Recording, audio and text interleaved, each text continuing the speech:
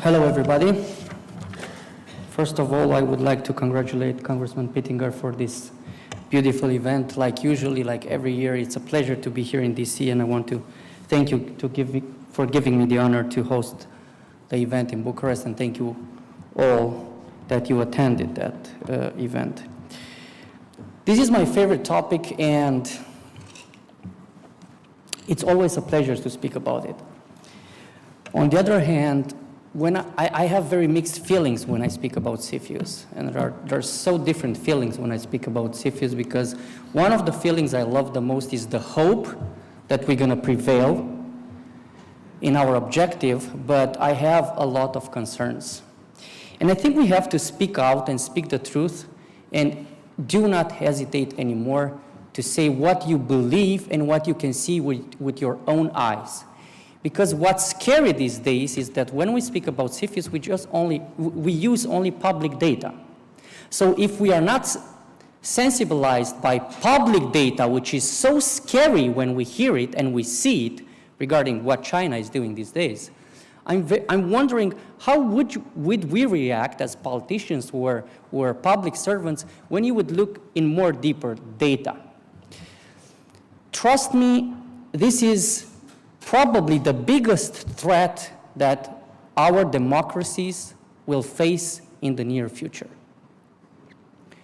I don't think we accepted this phrase that China's strategy, including CFIUS, for defending our economies and democracies, it's posing the biggest threat for our people all around the world. I would like to repeat this so many times until we understand all across the world this phrase. And I will be straightforward. I believe in this time that Africa is lost. I believe that Latin America today it's lost in terms of CFIUS and foreign direct investment. And I believe we still have a chance to prevail in USA and Europe. One of my biggest concerns is the fact that we do not manage to put these two continents to speak freely and straightforward about what we should actually do on CFIUS. Because we have the framework, and I'm happy and honored to tell you that my country has won probably, and I don't want to show off, probably the best CFIUS framework in Europe, if not one of the best in the world, because of one simple thing. We mirrored United States CFIUS. We work with the best people that your government has, that your Congress has, that your US Commission on China has, that your agencies have. We used the best capabilities, because if you go back on the history, after the 2007-2008 crisis, you had a history with China. I mean, USA had a history with China, and you had public figures, talking about how important is China's economy, how China is going to be the best economy in the world. Like, quite this was the topic preached here in DC at one point. And finally, United States of America realized the biggest threat and started to work on this. And that's how CFIUS appeared. One of the things which concerns me more today in Europe, for example, is that we do not even have the chance to talk serious about CFIUS, because before speaking about CFIUS and how complicated this mechanism is, we do not clean up the mess that we have in front of everybody. And I'm going to give you some examples. While I'm speaking to you now, in Europe, my country is waiting for one of the most important decisions in the last 20 years, stepping into the Schengen area. On the last 100 meters, there's one country who came from the Schengen area and said that we do not want to accept Romania into Schengen area. All these kind of details, like we do not want many immigrants, et cetera, et cetera. We have some issues. It's a political decision. All the technical requirements were fulfilled 15 years ago by my country. The country who steps in and says that Romania should not go into Schengen is Austria. In this moment, Austria is the Trojan horse of Russia inside the European Union. We don't even need CFIUS to look at their economy and to see how the Russian companies and how the Russian politicians, I mean, Putin, which is the biggest criminal nowadays, is taking over an economy like Austria's. Is taking over politics, intelligence community, and the economy. 3-4 years ago, the foreign minister of Austria was dancing with Putin at her own wedding. 2 years later, she was getting a board position in Rosneft, the biggest oil company in Russia. So, before speaking about CFIUS, we should speak about greed, about neglect, the term that my friend used here, and the way that politicians will decide morally to stand either with their countries, their economies, their citizens, or those countries who will pose a threat to our economies. And when I'm saying that you pose a threat, it's very simple. When I step into this building, I'm getting this passport and I say, hi, I'm Pavel Popescu and I came to PISF. That's my ID. And this is the interest that I have here in this building. It's totally transparent. When we talk about CFIUS,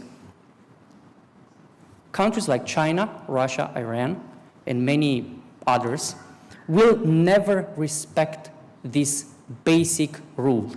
Identify yourself, identify your objective, and tell me straightforward, what do you want in my economy? Because if you want to do business with me, you have to show me what do you want. It has to be a win-win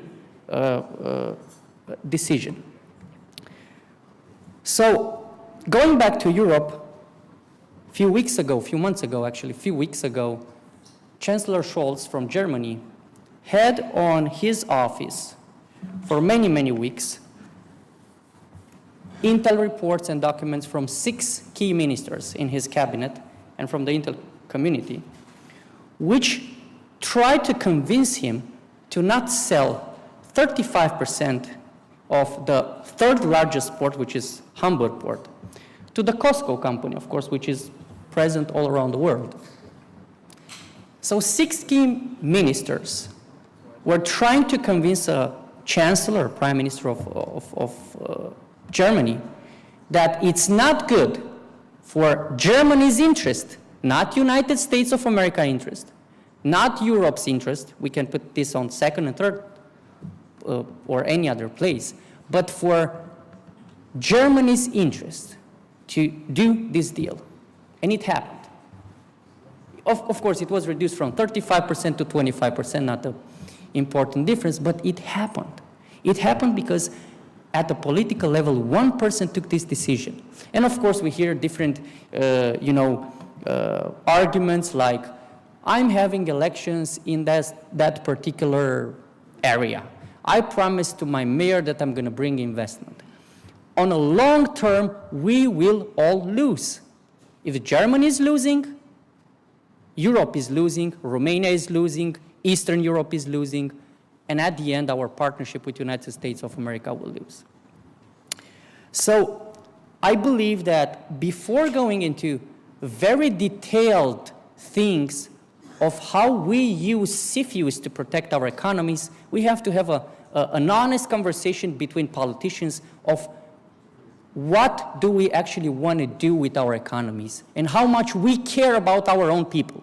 Because this is the main idea and this is the main question that you have to ask yourself as a politician, as a public servant, as a, any piece of public servant into the chain of the institution. When you take a decision in CFIUS, has to raise this question. How committed I am to serve my country, my own economy, and my own people before any other partnership around the world. This is the honest question that we have to put. So when we will decide to have an honest conversation about that, when we'll we will clean up the mess, which is not actually CFIUS, because we have way too many transactions before going to CFIUS with them, which are very visible to everybody of us. We can go to CFIUS. So when we will go to CFIUS, the first thing that we have to do is to educate ourselves. At one point, any public servant from this country or any country around the world has to educate himself or herself about CFIUS, because it's about our economy. So you need to know how this works. So you have to look to the best people in the world who worked with the best framework and try to copy that back home. That's what we did. That's why we came so many times in Washington. That's why we asked the US government to come so many times in our country and help us do this thing right. So in the near future, I believe that every transaction and every debate about a business and foreign investment in our economy will be at the end about CFIUS. Every one of it. You know, we talk about strategic investments and we can speak about space, we can speak about technology, we can speak about anything, but we can speak about nuclear, we can speak about military, but at one point, take for example, 14.1 initiative, the Belt and Road Initiative. It's also a critical or a strategic investment because infrastructure is critical for every country. So there is no domain which will not be affected by CFIUS. As long as two partners or more partners who want to do business together will clarify in a very transparent way their objectives, we will succeed in our economies. And one of the things that I observed is the fact that it's harder and harder to convince Europe, and this is one thing that scares me, about how important CFIUS is. And in Europe, certain countries are having this impression that US tries to jam us in order to push us to do a correct CFIUS the way that US started to do after the awakeness, I would call the awakeness. I believe that under the previous administration there was a big awakeness on China, and I believe on this administration it's continuing that big awakeness, and it also appeared the awakeness on Russia, because Russia is doing the same thing. So we have to understand that US doesn't try to jam countries. US tried to show to different countries which do not have the capacity and the resources to understand how dangerous this kind of lack of transparency is for our economy, are trying to convince these countries to do the correct thing. On the other hand, my message for the US government is a very straightforward one, because we consider our main partner as being very honest with us and vice versa. So our message is always like, you should put resources and stop neglecting countries like, regions like Africa or Latin America, but you should look more into Europe. Because I'll give you my example. When you convince, and I underline this, not jam, when you convince an East European country to say no to China, like we did, we said no to China to almost everything. I don't think that today we have something that where we don't say no to China. You have to understand that this country, like Romania or Poland, it's saying no to a big, large amount of money and investment. And if you have a country which lacks infrastructure, it's quite hard to look to some possible investments and look at the fact that you do not have the resources to replace those investments. So I think United States of America should be much more present in Europe, much more present, and put much more resources into our countries, because, and I'm saying this very clear,